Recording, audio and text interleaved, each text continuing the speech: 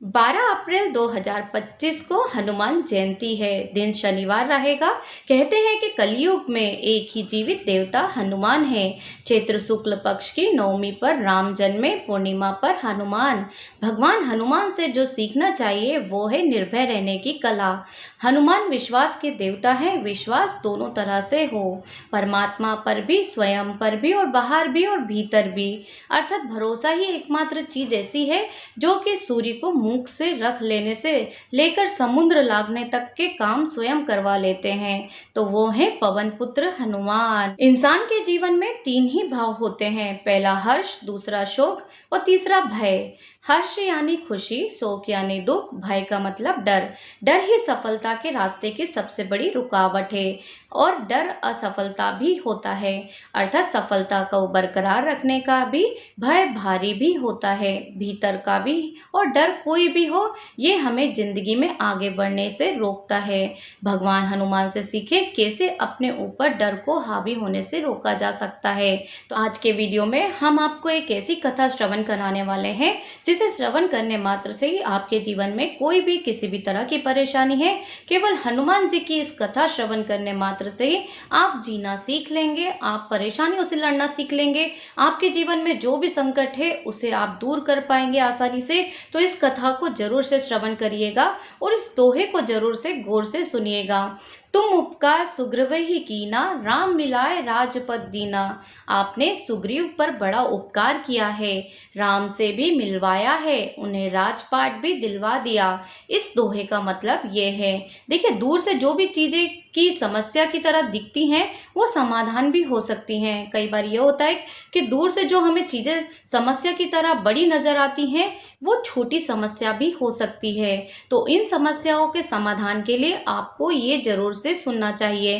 देखिए, आगे बढ़ने से पहले कहना चाहेंगे, अगर चैनल पर नए हैं तो सब्सक्राइब कर लीजिए, नोटिफिकेशन बेल को ऑन कर लीजिए और कमेंट बॉक्स में पवन पुत्र हनुमान जी जरूर से लिख दीजिए। आज की इस वीडियो में मैं आपको दोहे के माध्यम से ऐसी कहानियां बताने वाली हूं जिससे कि आप जरूर अगर श्रवण कर लेते हैं तो आपके जीवन में कोई भी समस्या है उसका निदान आपको मिल जाएगा। समस्या चाहे बड़ी हो या छोटी हो, जरूर से इस वीडियो को देख लीजिए। देखिए, दूर से जो भी चीजें समस्या की तरह दिखती हैं उनका समाधान भी हो सकता है।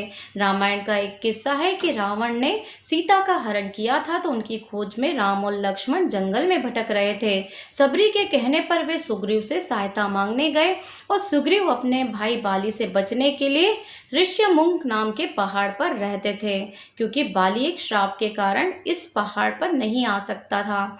राम और लक्ष्मण को ऋष्यमुख पहाड़ के पास देखकर सुग्रीव घबरा गए और उन्हें लगा कि बाली खुद नहीं आ सकता, तो उन्होंने उसे मारने के लिए योद्धा भेज दिए हैं। अर्थात सुग्रीव ने हनुमान जी से कहा कि वो उनकी रक्षा करें। हनुमान जी ने जवाब दिया कि बिना ये समझे कि वे लोग कौन हैं, कोई फैसला नहीं करना चाहिए।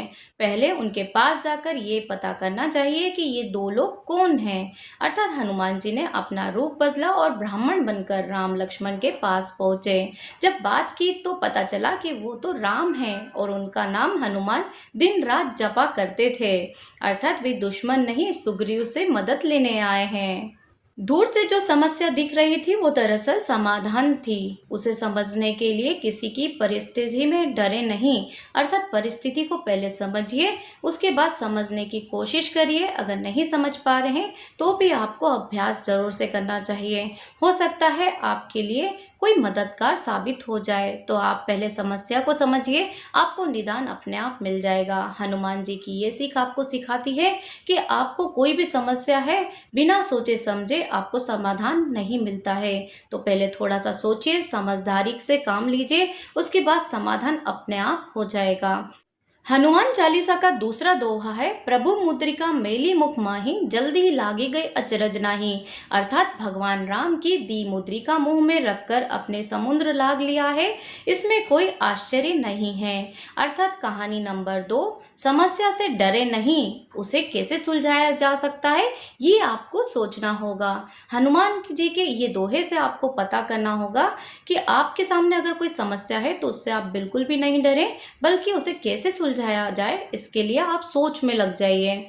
डर को जीतने की कला में हनुमान जी निपुण हैं। कई घटनाएं हैं जिन्होंने उनके मन में भय पैदा करने की कोशिश भी की है, लेकिन वे बुद्धि और शक्ति के बल पर उनको हराकर आगे बढ़ ही गए हैं। डर को जीतने का पहला मैनेजमेंट फंडा यहीं से निकला है कि अगर आप विपरीत परिस्थिति में भी आगे बढ़ना चाहते हैं तो बल और विद्या दोनों से आपको काम लेना होगा। अर्थात जहां बुद्धि से काम चल रहा है वहां बल का प्रयोग नहीं करना चाहिए। रामचरितमानस के सुंदरकांड का प्रसंग है कि सीता की खोज में समुद्र लाग रहे हनुमान जी को बीच रास्ते में सुरसा नाम की राक्षसी ने रोक लिया था और हनुमान जी को खाने की जिद की। तो हनुमान जी ने बहुत मनाया लेकिन वो नहीं मानी। वचन भी दे दिया, राम का काम करके आने दो, सीता का संदेश उनको सुना दो, फिर उसके बाद खुद ही आकर आपको आहार बन जाऊंगा, अर्थात आपका आहार बन जाऊंगा। सुरसा फिर भी नहीं मानी तो वह हनुमान जी को खाने के लिए अपना बड़ा मुंह बड़ा करती गई। हनुमान उससे भी बड़े होते गए और खाने की जिद पर अड़ी रही, लेकिन हनुमान जी पर उसका आक्रमण नहीं किया। अर्थात हनुमान जी अपने बल के प्रयोग से, अपनी बुद्धि के प्रयोग से वे सोच विचार ग्रहण अध्ययन में लगे रहे और हनुमान जी उससे भी बड़े होते जाते। तो वे खाने की जिद पर अड़ी रहे लेकिन हनुमान जी पर कोई आक्रमण नहीं किया। ये बात हनुमान जी ने समझ ली थी कि मामला मुझे खाने का नहीं है, सिर्फ ईगो की समस्या है। अर्थात तत्काल सुरसा के बड़े स्वरूप के आगे उन्होंने खुद को बहुत छोटा कर लिया, उसके मुंह में से घूमकर निकल आए। सुरसा खुश हो गई और आशीर्वाद दिया, लंका के लिए उन्हें जाने दिया। इस तरीके से जहां मामला ईगो के सेटिस्फेक्शन का हो वहां बल नहीं बुद्धि का इस्तेमाल करना चाहिए। अर्थात हनुमान ने सिखाया है कि बड़े लक्ष्य को पाने के लिए अगर कहीं झुकना भी पड़े तो झुक जाइए। आपको ये कार्य जरूर से याद रखना है। अब हम जानते हैं कहानी नंबर 3, विद्यावान गुणी अति चातुर राम काज करिबे को आतुर। अर्थात आप विद्यावान गुणी और अति चातुर हैं, राम काज करने के लिए हमेशा आतुर रहते हैं।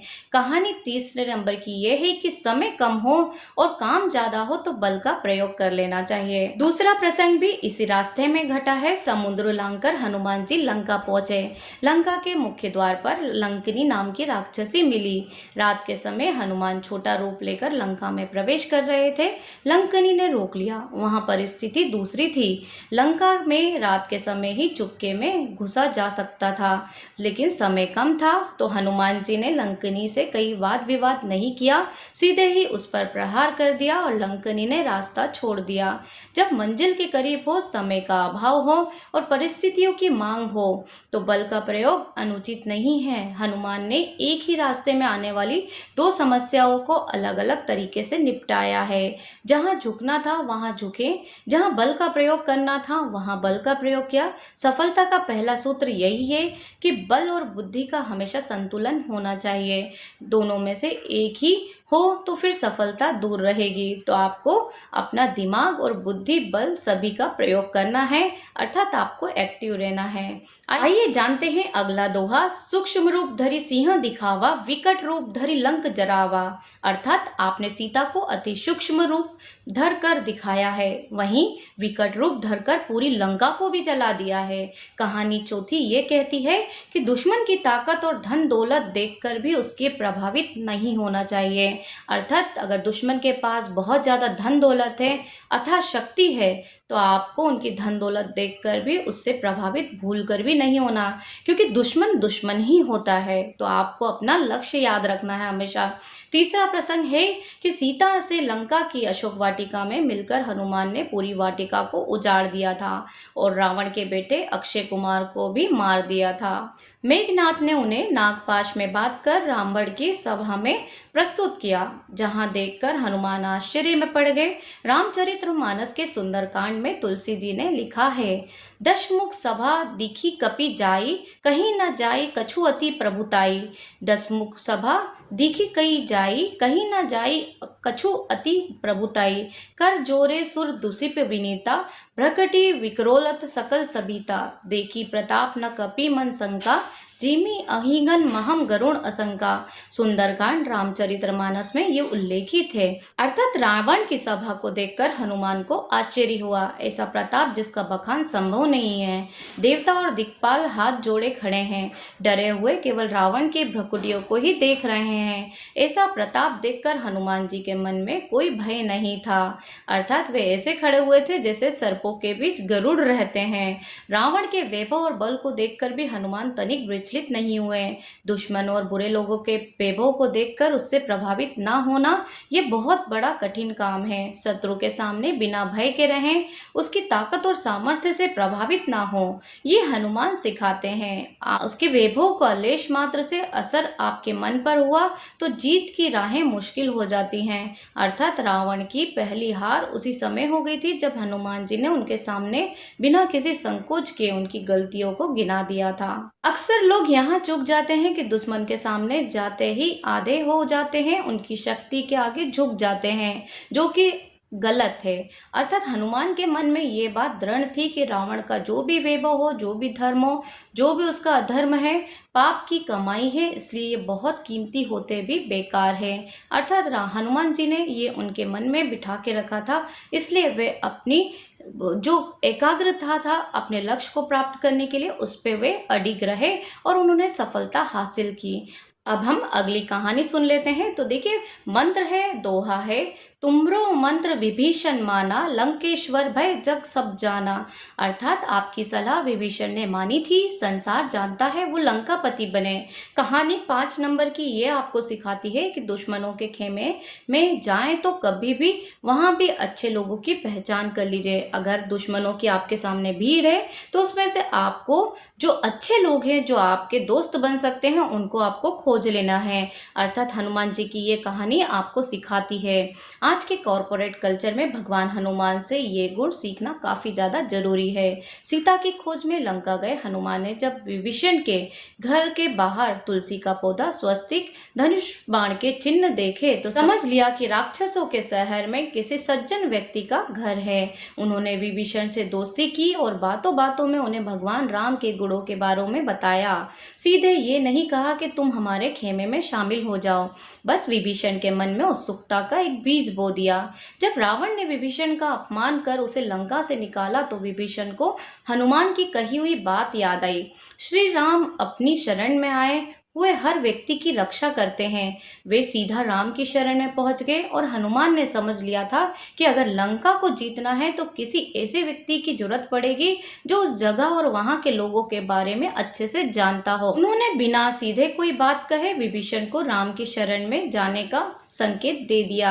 ये कहानी सिखाती है कि जब भी आप अपने दुश्मन के खेमे में जाएं तो वहां भी अपने लिए ऐसे लोगों को चुनें जो जीतने में आपकी मदद कर सकते हैं।